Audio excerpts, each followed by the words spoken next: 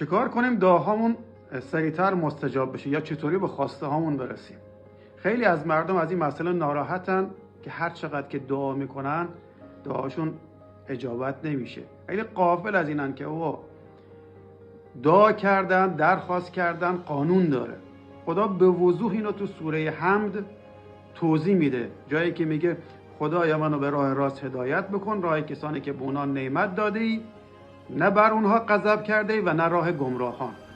یعنی اگر میخوای دعا بکنی، اگر میخوای درخواست بکنی، باید با جزئیات باشه. یعنی بنویسی خدایا یه خونه‌ای بهم بده با این متراژ، با این امکانات، با این دسترسی، با این ویو، با این همسایه ها و هر چیز دیگه.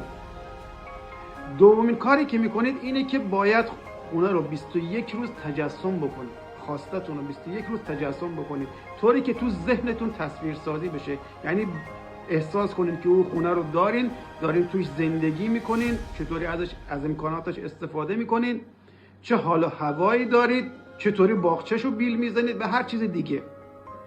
سومین کاری که میکنید اینه که قبل از رسیدن به خواسته باید سپاسگزار باشید.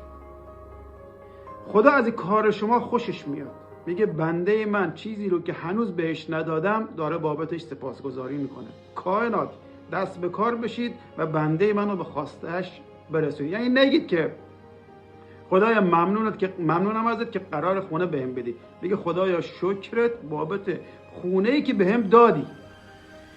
چهارمین کاری که میکنید اینه که با شرایط فعلیتون باید به صلح برسید. یعنی بابت داشته های فعلیتون سپاسگزار باشید. هر چیزی که تو زندگیتون هست، حتی محدود، بابتشون باید سپاسگزاری بکنید تا نعمت های بیشتری وارد زندگیتون بشه. شکر نعمتت افزون کند، کفر نعمت از کفت بیرون کند.